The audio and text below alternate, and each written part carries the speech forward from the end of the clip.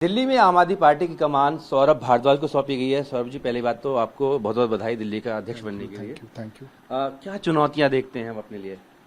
देखिए, दिल्ली के अंदर एक बड़ी अलग स्थिति है। दिल्ली के अंदर आम आदमी पार्टी को और भारतीय जनता पार्टी को जो वोट मिला है उसमें सिर्फ 2% का फर्क है। 43.5% वोट हमें मिला है, 45.5% वोट बीजेपी को मिला है। तो दिल्ली में आधी जनता आज भी हमें वोट देके आई है। पुलिस, इलेक्शन कमीशन, सब की गड़बड़ियों के बावजूद आधी जनता हमारे लिए है। तो उनकी लड़ाई तो हमें लड़नी है, उसके अलावा तो हमारे पास कोई ऑप्शन ही नहीं है। मगर जो वो आधी जनता जिसने भारतीय जनता पार्टी को वोट दिया है, उसकी लड़ाई भी अब हमें ही लड़नी पड़ेगी, क्योंकि उनको कहा गया था कि 2,500 रुपये महिलाओं को दिया जाएगा, जो भारतीय जनता पार्टी ने नहीं दिया। 500 रुपये का सिलेंडर दिया जाएगा, वो भारतीय जनता पार्टी ने नहीं दिया। होली आके निकल गई, वो जो मुफ्त सिलेंडर आना था वो आया नहीं। लोगों ने तो सिलेंडर भरवाया नहीं है सोच के कि होली पे जो है ये अपनी जो रेखा गुप्ता जी हैं उनकी तरफ से सिलेंडर आएगा, वो आया ही नहीं। तो इसलिए अब दोनों की लड़ाई जो है आम आदमी पार्टी को लड़नी है और ग्राउंड पे संगठन को दोबारा से जो है और मजबूत किया जाएगा।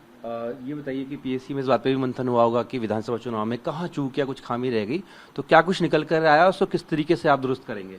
देखिए, दिल्ली के विषय में तो एक अध्यक्ष के बारे में चर्चा हुई और किस तरीके से अब हमें महिलाओं को 2,500 रुपये दिलवाने हैं, गैस सिलेंडर कैसे दिलवाना है, इसके ऊपर चर्चा हुई।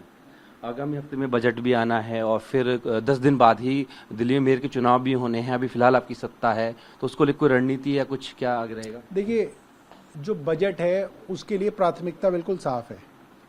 आप वादा तब पूरा कर सकते हैं जब बजट में उसका प्रावधान करें।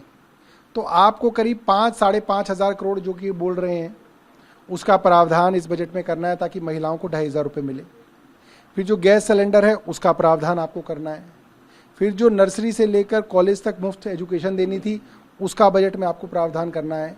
जो ऑटो रिक्शा, ई रिक्शा और गिग वर्कर्स को आपको जो इंश्योरेंस देना है, जो हेल्थ इंश्योरेंस देना है, जो उनको पैसे देने हैं, उसका जो है आपको बजट के अंदर जो है प्रावधान करना है। तो ये सारे के सारे प्रावधान बजट में हों, ये हमारी प्राथमिकता है।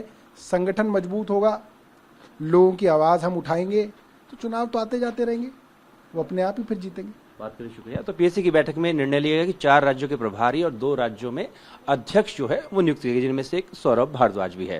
वीडियो सहयोगी चेतन शर्मा के साथ जितिन भाटी, टीवी 9 भारतवर्ष, दिल्ली।